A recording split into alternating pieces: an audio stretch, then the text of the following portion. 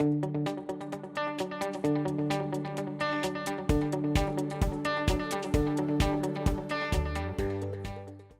established that culture is important, but what is culture? According to Raymond Williams, culture is one of the most complicated terms in the English language. And one of the reasons for this is that it is continually changing. It originally referred to agriculture, to the cultivation of crops and animals. This then shifted to the cultivation of the mind, the development of a mind that was refined and discerning. Soon after, culture started to be used to refer to the products of such a mind: fine art, literature, music. In the 1800s, culture started to be used to refer to entire ways of life. Nowadays, we use it to refer to all of those daily activities in which meaning is used, when meanings are made, repaired, changed, reproduced. So we talk about business cultures, we talk about school cultures, we talk about consumer cultures, we talk about youth cultures. If we say that culture involves the making and communication of meaning, what does this entail?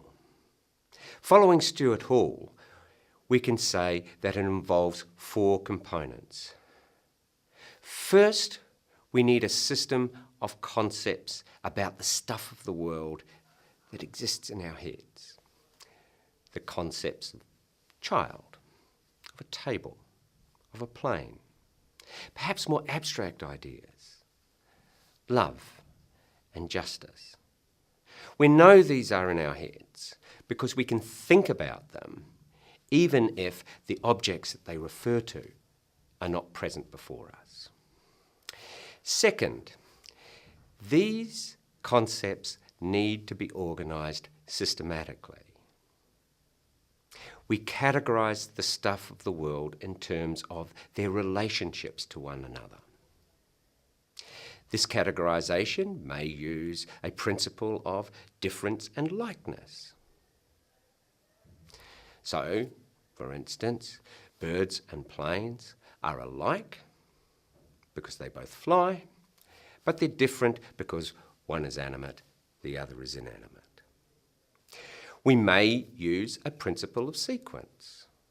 We know a child because a child comes before adolescence. We know an adolescent because the adolescent comes before adulthood. Try defining an adolescent without making reference to a child or an adult. In order for us to communicate, to express our thoughts and our feelings to other people, their system of concepts in their heads needs to roughly correspond with our own. However, this is not enough. We're not telepaths. We need some way of getting our concepts out of our heads and into the world. The third thing we need is a shared language. Basically, this consists of a set of signs, written words, spoken words, gestures, images, and so on, that refer to the concepts about the world that we have in our head. If I utter the word child, or if I write the letters CHILD, immediately you should have the image of a child appearing in your head. It won't be the same image of the child that I have in my head, but we will both understand what we're talking about. But that's not all there is to this process. The signs that we use, the words and so forth, don't just describe the things in the world. They also take on additional meanings and carry additional meanings. They serve as symbols. They stand for other ideas as well. So, for example, when I utter the word child, you may not just have the image of a child appearing in your head, but you might also start thinking about concepts such as vulnerability, innocence, mischief. How do we acquire our understanding of meaning? How do systems of meanings stabilise for a given culture? And how do meanings change? We acquire our understanding of meaning through interacting with friends, with our parents, with teachers.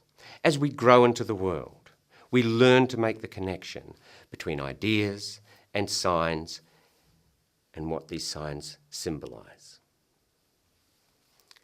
Meanings stabilise through the interaction, the repeated interaction of people who largely share common experiences and who come to use the same sets of concepts and the same sets of signs as others around them.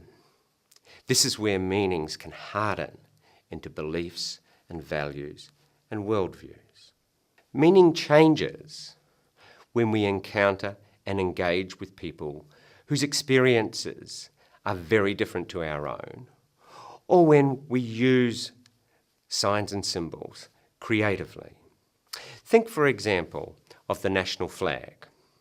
It is not just a coloured piece of cloth. It stands for something, the nation. However, this may mean something very different to different people. To the child or the grandchild of someone who saw action in the military in a theatre of war, it may represent a sense of continuity with the past. To a newly arrived migrant, it may be a symbol of hope and new beginnings. To the descendants of Indigenous people who have been colonised, it may mean something different again. However, when these people encounter each other and engage with each other and exchange meanings, the meanings themselves become richer, more nuanced, and something new emerges. I will leave you with some questions from cultural sociology to take forward into our explorations of education as a social institution. How might education work to stabilise certain meanings?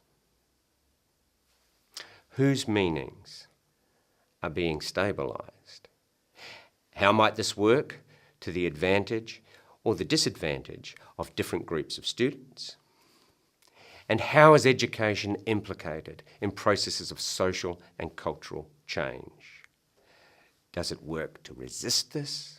Can it promote this? Or can it facilitate adaptation to change?